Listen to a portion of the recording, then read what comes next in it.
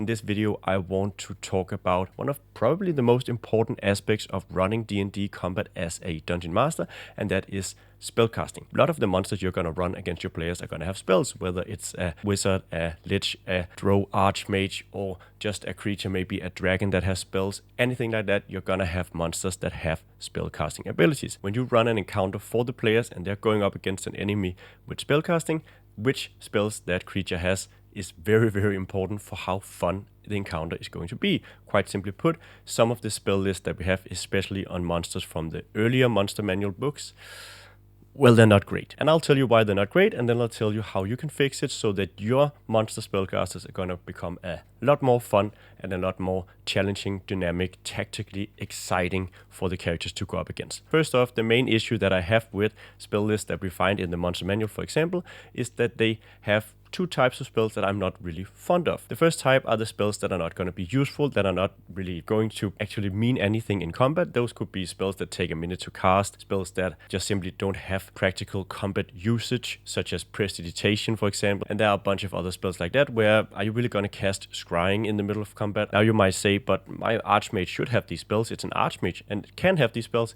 but I wouldn't really waste space on them in the stat block necessarily. I'll just have them in the description, or I'll just know in my mind, well, my monster is going to be able to cast these spells because it's a powerful spellcaster. I don't need to have that written down necessarily. And the reason why I think they're annoying is, of course, that while you're running the monster, you're going to be looking through the spell list. Okay, what am I going to cast? And there's going to be half of the spells maybe that are not even viable options. You may even have to look some of them up to realize, okay, this is not a spell that I would ever actually cast with this monster. Now, the other type of spells that we often find in monster stat blocks that I really don't like are the spells that are simply not fun. One of the biggest issues with Dungeons & Dragons and, well, any combat simulating role-playing experience is that it's not very fun to be out of combat. If you are in an encounter and suddenly your character can't act because it's incapacitated, or because it's unconscious, or because it's dead, that encounter, of course, can quite easily get a lot less fun. And there are a lot of spells that directly try to make that happen. Let's look at Disintegrate, for example. It's just pure damage. If you get disintegrated, you're dead. Now that can leave for a tense moment with that one boss that has Disintegrate, so it's not like it's a spell you can never use. But do you really want to disintegrate your player characters? I often found myself before I started altering spell list, just not using those spells because it doesn't seem fun. Disintegrate, Finger of Death are probably best left up to the players to use because they are really player-facing spells. The player is going to feel great using Disintegrate on an ogre and just wiping it out of existence. That's fun for the player, and it's okay for you because you have other creatures you can play. Your combat is not over as it is for a player character that dies, obviously. The other type of spell that sort of commits the same offense are spells like Hold Person, Hypnotic Pattern, spells that just take a character out of combat, doesn't really do anything fun with it, they're just paralyzed or they're just incapacitated. It doesn't necessarily change the tactical situation that much, it just makes it so that that player doesn't get to play. Now, of course, there are ways you can sort of break concentration, all that good stuff, so it does make the combat somewhat more exciting, but I often find that there are better options than just straight up incapacitating a creature and a character. And it's something that I've learned a little bit later because I've been DMing so much that, okay, even though this is of course more exciting than just dealing damage, that you're a whole personage, you can get out of it, stuff like that, it's still not necessarily that fun for the player that has to sit through, let's just say, 2 rounds, which could be half an hour before the character's paralyzation is broken. So once again, these are spells that I don't think are well designed to begin with, whole person especially, but it's also spells that I would probably for the most part leave in the player's toolkit and not give to the monsters. So the question then becomes, which spells should the monsters have? The first argument I'll make here is that you can often find spells that are similar in purpose and result, but have a different way of going about it. So let's take Hold Person, for example. It's a single target paralyzation spell. If you give the monster, for example, Slow instead, that's a multi-target, not completely incapacitating effect, but a debilitating effect. It makes the encounter more tactically challenging because the characters are slowed, and it's not going to take just one character out of the game. You're not part of the combat anymore. Instead, it's going to make combat difficult for every character that fails their saving throw,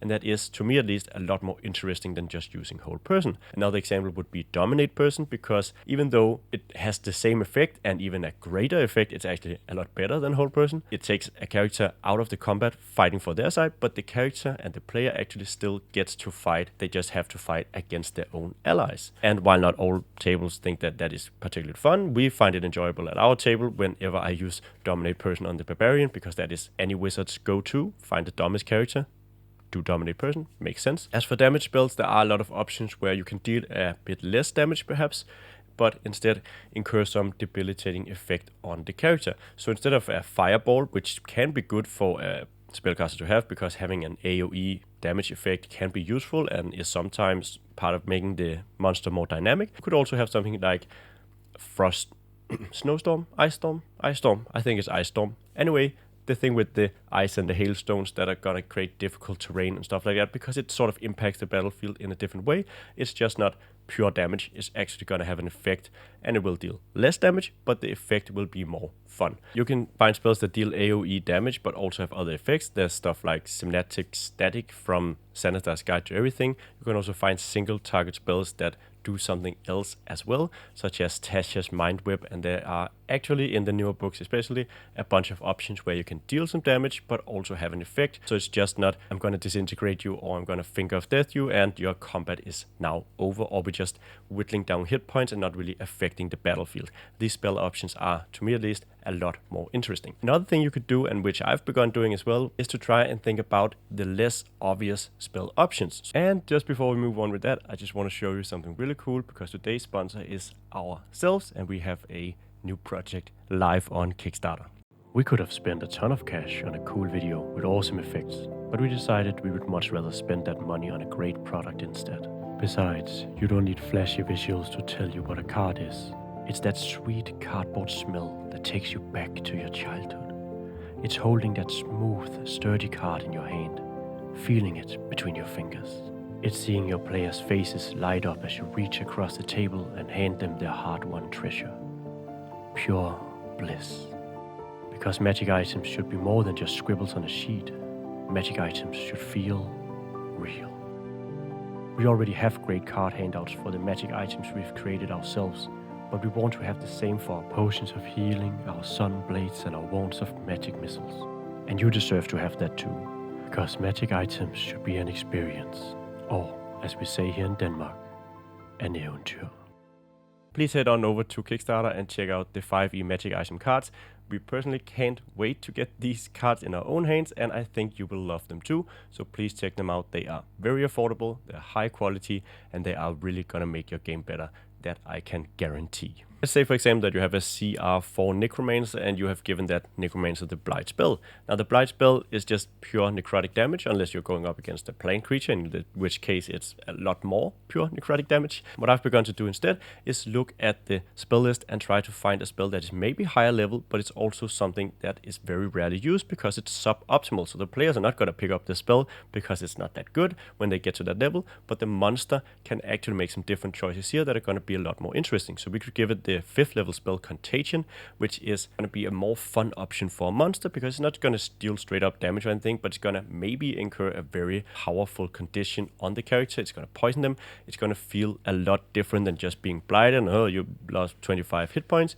This is going to be something where we can go up a bit. We can take ostensibly more powerful spells, but spells that are really just weaker options as higher levels. Those could be your phantasmal horror spells or your weird spells. Any of these spells that we probably know as players that we would never take because they're really suboptimal choices at the level. But for a monster, even a low CR monster, we can give them one of these spells and it's going to feel fine. It's going to be more fun than just giving them a level appropriate and powerful spell such as Fireball or Hold Person or Blight. Another thing we can do, because we are DMs, of course, is that we can also tweak existing spells. Instead of going up and saying, okay, this creature is going to have Cone of Cold because it's that powerful, we can give it that Fireball. It's slightly less powerful, deals a bit less damage, but instead we're going to give it a burning effect so that everyone who takes this damage is also going to be on fire until they take an action to put that fire out with a DC 10 athletics, acrobatics, something check.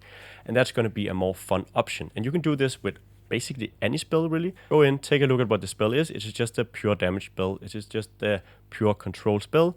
Think about how can we make that spell more interesting for this monster. It's also going to keep the characters and the players on their toes because they're going to be like, okay, this wizard is going to use spells in a way that we can't, so we can't really know, okay, it's going to cast that spell, it's going to do that. This wizard is because it's the DM's creation outside of the normal rules of the game. And I think that's fun. I think that keeps the players on the toes, and it also makes combat a hell of a lot more interesting because you get to play around with the choice you can make.